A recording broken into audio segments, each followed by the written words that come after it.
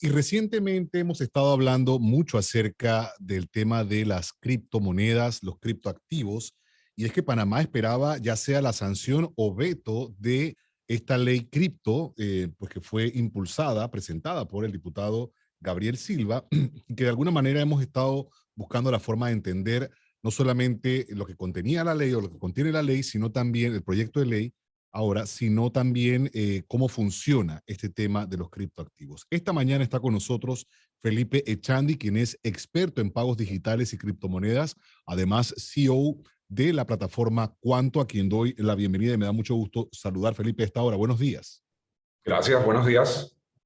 A ver, antes de entrar a entender un poquito acerca del funcionamiento, y debo buscar reacciones de lo que han planteado sectores de economistas aquí en el país con respecto a los criptoactivos, es este veto que es parcial, o sea, debe devolverse para ya sea subsanar, modificar o corregir algunas cosas que compone la ley, que representa en el sentido de que hay por lo menos el entendimiento de que es una iniciativa valiosa, interesante.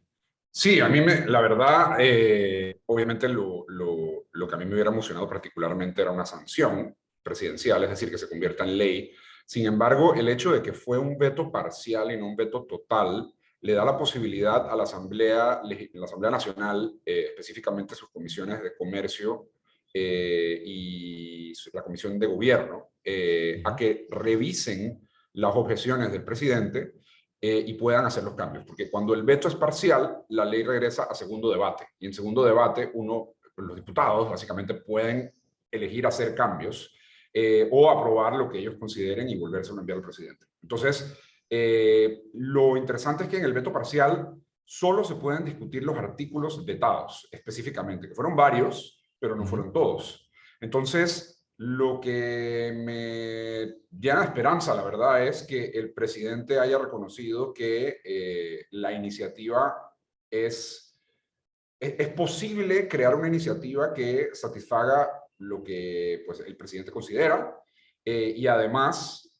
no justificaba hacer un veto total, es decir, hay partes de la iniciativa que satisfacían lo que el presidente consideraba conveniente, principalmente, y no inconstitucional. Entonces, eso es bueno porque hay chance de que tengamos un proyecto de ley y no hay que empezar de cero a discutir algo nuevo o que el proyecto se muere y el proceso empieza de cero de nuevo, ¿no? Entonces, eso es positivo. Por otro Ahora, lado, también sí. revela el gran desacuerdo que hubo, que yo creo que lamentablemente no se reflejó de manera clara en el debate legislativo. Yo creo que muchísimos sectores subestimaron este proyecto y dijeron, bueno, no, esto es mi opinión personal, por supuesto. O sea, el sector, por ejemplo, de los economistas, el sector bancario no participó. Bueno, Eso. hubo participación, el debate legislativo es público. Cualquiera puede ir a las comisiones y cualquiera puede participar. Según lo que consta en el expediente legislativo, fueron invitadas una gran cantidad de entidades públicas y privadas, pero lamentablemente la cantidad de participación no fue altísima en el debate legislativo. Muchas entidades se pronunciaron de manera posterior a la aprobación en tercer debate del proyecto de ley. Y eso creo yo que es parte del problema de cómo hacemos leyes en Panamá. O sea, para algo tenemos el debate legislativo y la idea es que la gente vaya y participe y también que No la hay una cultura Asamblea... de Correcto. participación. Y creo yo que en este caso en particular, al ser un tema, sí era un tema complejo y además ser un tema, digo, fue presentado por un diputado independiente, entonces tal vez algunas personas dijeron, no, eso no sabemos si va a avanzar, en fin. Pero bueno, la realidad es que se aprobó, la realidad es que el presidente se pronunció el día de ayer con su veto parcial.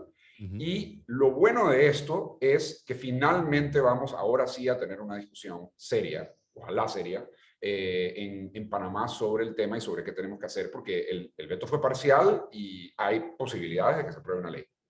Ahora, el sustento, sobre todo en este veto parcial, es por el tema de requerir una adecuación a las normas que regulan el sistema bancario panameño.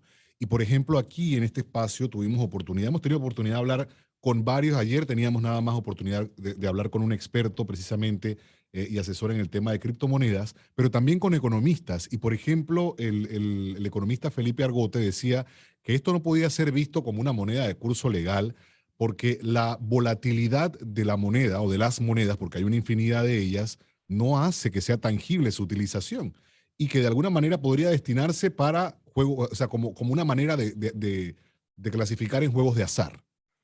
Claro, a ver, varias aclaraciones ahí. Primero que todo, el Ajá. presidente, el veto, si bien se difundió la noticia que uno de los puntos principales es eso que mencionas, de que se haga compatible con las normas del sistema bancario o financiero panameño, en realidad el veto son 16 objeciones por inconveniencia y 3 objeciones por inexequibilidad o inconstitucionalidad. Ujú.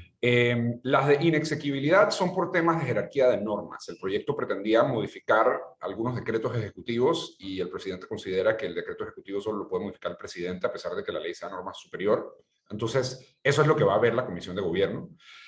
Los 16 puntos, que obviamente comprenden varios artículos de la ley, una gran cantidad de artículos de la ley, de hecho, tienen distintas razones y podría tal vez darte alguna idea de la clasificación. Uno es el tema de los plazos de reglamentación.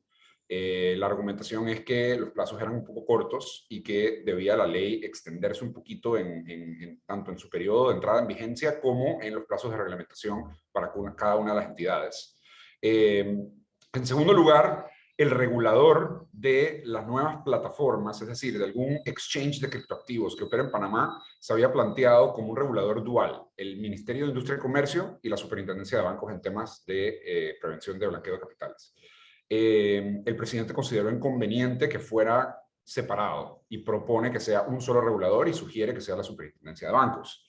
Y además hay otra serie, digamos, de disposiciones, pero específicamente en relación con la compatibilidad con el sistema financiero, yo siento que lo que el presidente está tratando de hacer, creo yo, es compatibilizar los esfuerzos que se están haciendo con Gafi, de que Panamá salga de las listas grises, etcétera, con la posibilidad de hacer esta actividad efectiva. Eso es un balance difícil, hay miles de opiniones, yo tengo mis opiniones, hay otros economistas con otras opiniones, pero la segunda aclaración que quiero hacer, más allá del contenido del veto, en relación con lo que mencionaste del economista Felipe Argote, es que en ningún momento en este proyecto se presentó la posibilidad de que los criptoactivos fueran moneda de curso legal.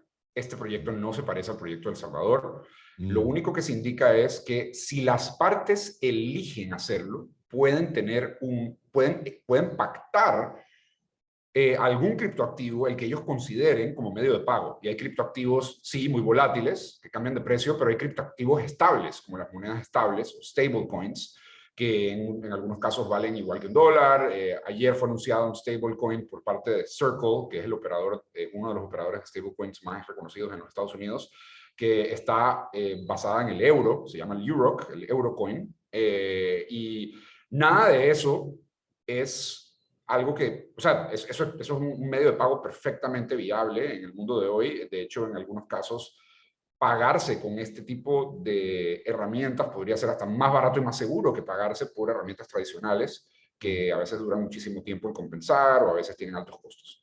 Entonces, nadie está proponiendo moneda de curso legal. Nadie está obligando a nadie a usar Pero criptoactivos. Eso no.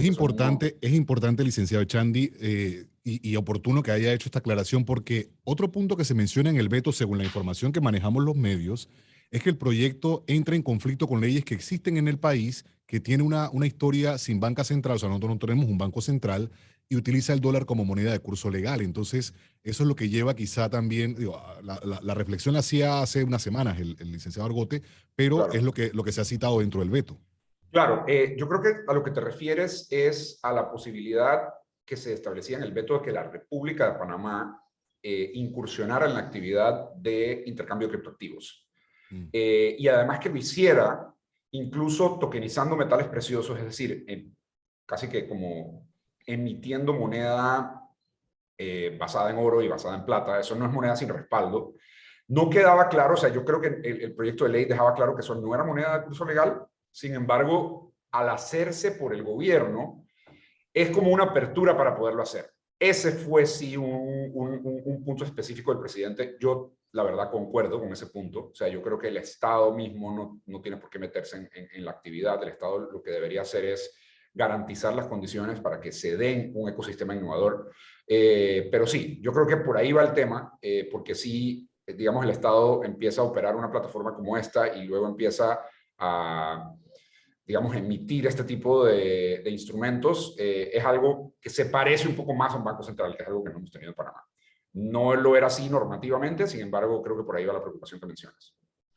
Ahora, antes de finalizar, ayer teníamos oportunidad de, como decía hace un momento, de hablar también con otro experto en el tema y hablaba de, no sé si era Visa o Mastercard, que estaba, no sé si ya habría entrado o se está contemplando o existe este proyecto de que haya una tarjeta que pueda de alguna manera hacer una especie de cashback a la persona, poder comprar con su dinero, o sea, manejar ambas posibilidades del dinero, o sea, de dólares, por ejemplo, aquí en Panamá, en el caso de que fuese, y que eso te retorne una cantidad de criptomonedas. Eso haría interesante también la implementación de su adecuación en el país. Claro, mira, ese es solo un ejemplo de las posibilidades que se pueden crear cuando las normas están claras y cuando los innovadores pueden innovar sin temor a, por falta de claridad jurídica, ser multados, ser cerrados, etcétera. Obviamente hay regulaciones que cumplir siempre, pero el problema que tenemos en Panamá, y este es tal vez el mensaje que me gustaría dejar y que creo que es lo positivo de toda esta discusión, a pesar de que haya sido controversial y haya gente a favor y en contra, es que finalmente estamos discutiendo cómo Panamá va a ser compatible con todas estas nuevas tecnologías, con el Internet y con las posibilidades que eso da para inclusión y para crear nuevas experiencias como la que tú mencionas. En este momento, no hay claridad para los jugadores más innovadores que estarían dispuestos a hacer este tipo de tarjetas, por ejemplo, que tú acabas de mencionar. Visa y Mastercard a nivel internacional ya han dicho que esto se puede hacer, en otros países se puede hacer, en otros países existe y en otros países tan cercanos como México, Costa Rica, Colombia, o sea, no estamos hablando de Inglaterra, de los Estados Unidos, de Singapur, no, estamos hablando de países de Latinoamérica, donde ya se puede innovar de esta manera precisamente porque se ha ido dando claridad regulatoria y normativa a la innovación. Y eso es lo que necesitamos en Panamá. Nos va a tomar un poco más porque somos un país que al parecer no ha llegado a ese acuerdo de manera clara, pero finalmente vamos a tener la conversación y ojalá que este proyecto que ha sido vetado pues se remedien los puntos y que pueda convertirse en un proyecto sancionado por el presidente en algún momento, ojalá más pronto que tarde. Vamos a ver cómo avanza esta discusión y los aportes que se hagan integrándose otros sectores también, que eso es lo importante y el mensaje que ha quedado, sobre todo en esta ocasión como en otros temas. Muchísimas gracias, licenciado Echandi, por la oportunidad de conversar esta mañana. Gracias, buenos días. Excelente día. Vamos a avanzar siendo las 8:24 de la mañana.